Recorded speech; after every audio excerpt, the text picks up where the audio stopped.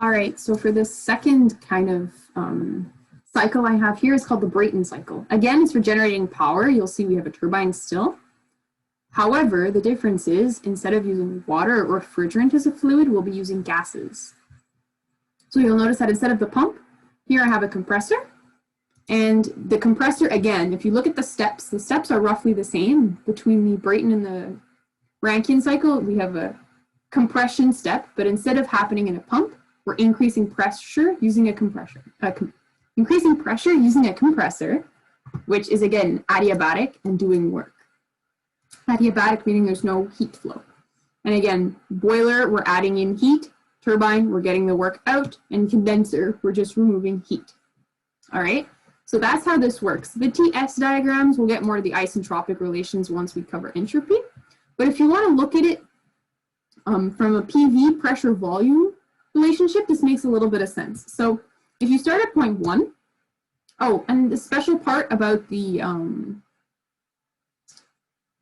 Brayton cycle is that these stages of compression, the compression here is a polytropic step. I'm going to add that into the notes. So from between 1 to 2, we're increasing the pressure. From 2 to 3 here, it's just a Q in. Pressure is staying constant in the boiler and the condenser, like in exactly like in the Rankine cycle. From 3 to 4, work is being done. We're expanding, we're increasing the volume, decreasing the pressure. And then between 1 and 4, we're just rejecting the heat at a constant pressure. So the cycles are sort of similar. I'll read the question statement and then we can solve it. So an aircraft engine is operating in an ideal Brayton cycle with a pressure ratio of 15. Heat is added at a rate of 500 kilowatts. A mass flow rate of the engines is 1 kilogram per second, and the air entering the compressor is at 70 kPa and 100 degrees C. Determine the power output by this engine and its thermal efficiency, assuming constant specific heat at room temperature. Constant specific heat is a little bit of a hint, because for the Rankine, we were able to go to the tables to get all of our enthalpies, right? It was really easy peasy. All the values we could just pull from the table. But where are we going to get enthalpies of gases? We're told to use a constant specific heat. So we're told that CP is constant. So that is my hint to you. Essentially, we're going to use the delta H is CP delta T. That's the relationship that we're going to be using primarily. We're talking about pressure ratio. Pressure ratio, I wrote it here, sorry, is the relationship from the high to the low pressure. So P2 to 3, we're at high pressure, and P1 to 4 is low pressure. So we're told that that difference in pressure is of 15. Okay, so 1 to 2, the compressor. So now that those notes are done, all right, so those are the notes. Now let's start solving it. So we're told at 1, we have this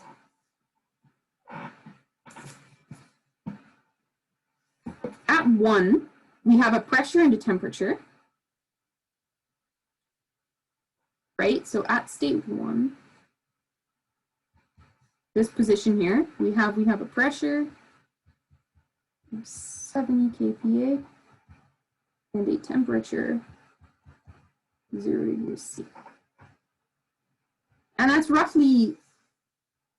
almost all of the information that we were given, right? So what are we going to do? What I'm telling you is that the compression here is polytropic. Okay? So what that means is that we're going to use a CP, not a CP, a K of 1.4. Knowing that the compression is polytropic, what we're going to do is we're going to use, I had pasted them later.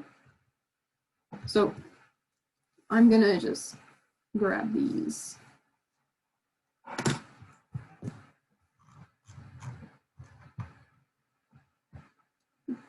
Put them out here on the side, maybe. So knowing that, I am going to grab this expression over here, the pressure relationship temperature. the pressure temperature relationship. And what I'm going to say is I'm going to find my temperature at point 2. So my T2 over T1 is P2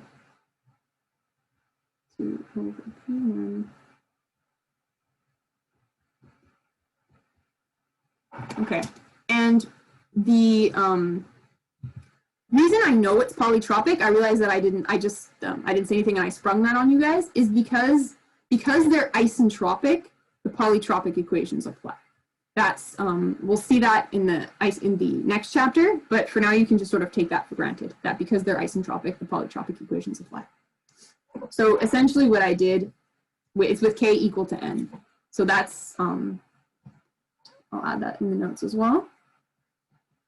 Essentially what I did is I just rewrote this pressure temperature relationship, isolating for T2.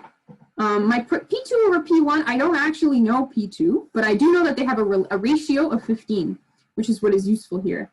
So I know that T2 is going to be equal to 273 Kelvin. Important that these relationships are in Kelvin. P2 over P1, high pressure over low pressure, I know is a value of 15 in this equation, in this process. And where did I get K is equal to 1.4? It was from the tables where I was getting the CP values. K for air was 1.4. And this will give me a T2 of 591.82 Kelvin. Now, how am I going to find T3? What I do know in this expression, in this equation, is that heat is added to the cycle. So my Q in is known. So what I'm going to do is I'll be able to find my T3 knowing this. So I know across the boiler, or my heat addition, if you rather, I know that in my boiler, my Q is equal to, it was 500 kilojoules per second. And if I think about my first law equation again, right, I have my there's no change in total internal energy, dE over dt is equal to 0. And then my work, there's no work done, right? Did I have my expression backwards in my notes? Oh, sorry. We know there's a Q in, right? That's I was getting Q and W backwards. There's Q in, right? That's the whole point of the boiler. No work, and there is going to be a flow. And the direction it's flowing is going to be in is 2, out is 3.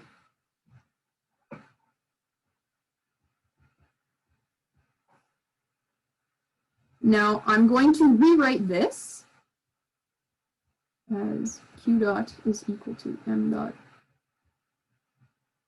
H3 minus H2. And because enthalpies are not readily known for the gases, I'm going to rewrite it in my relationship for CP. So it's going to be CP T3 minus T2. And because Q is known, M is known, CP is known, T2 is known, I can isolate for T3. T3 is T2 plus Q dot M dot CP. T3, so I have 500 kilojoules per second divided by 1 kilogram per second. That was my flow. That was given in the question. My CP for air was 1.005 kilojoules per kilogram Kelvin plus 591.82 Kelvin gives me a value of 1089.3 Kelvin. All right, so now T3 is known. How am I going to find T4? What I'm going to do for T4 is, again, the turbine, I'm telling you, is isentropic, so you can use the polytropic equations again. I'm just going to polytropic equations apply over that stage. So I'm going to look at my turbine this time.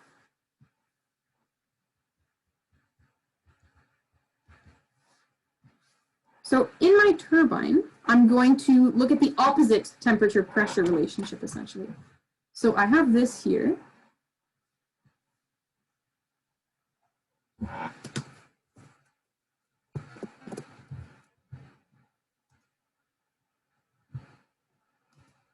Can I not copy paste?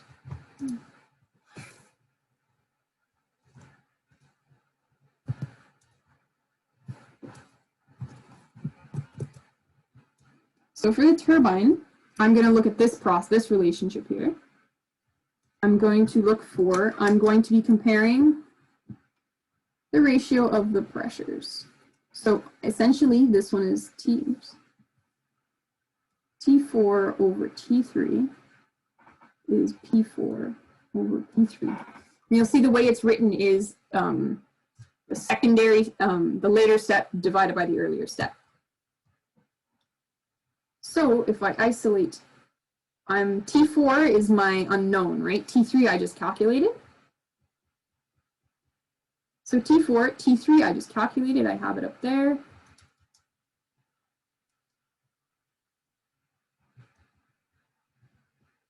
And P4 over P3 is this pressure divided by this pressure. That is not the pressure ratio.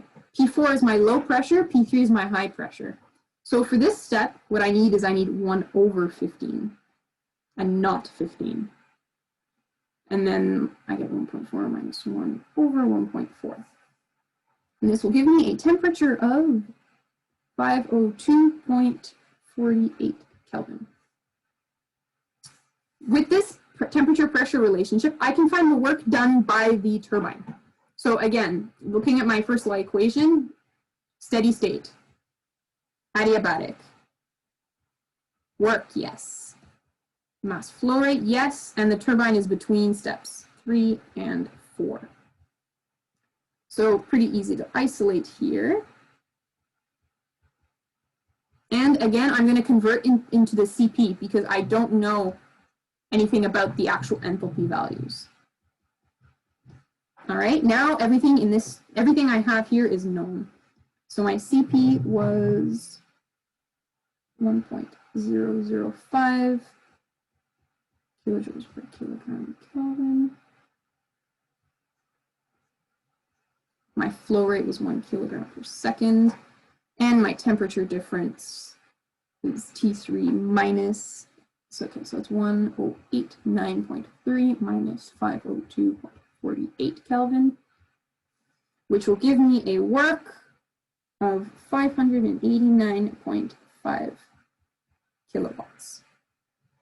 So that was my turbine, and now I can go back to the compressor. Actually, is there a reason I couldn't calculate it before? I could have calculated it when I was looking at the compressor, but I haven't done it yet. So let's have a look at the compressor now.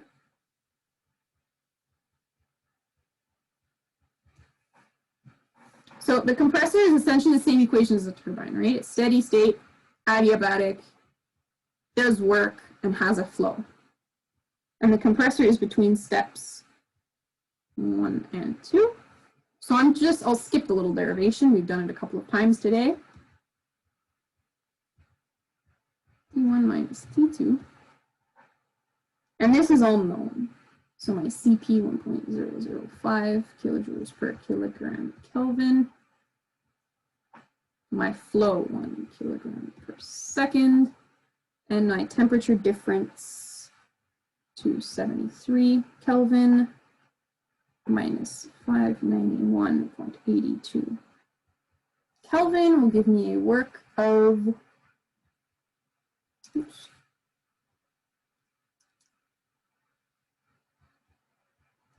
320.41. And let's just check what our units should be because I didn't write them for myself. So kilograms cancel, Kelvin will cancel. So kilojoules per second is going to be kilowatts.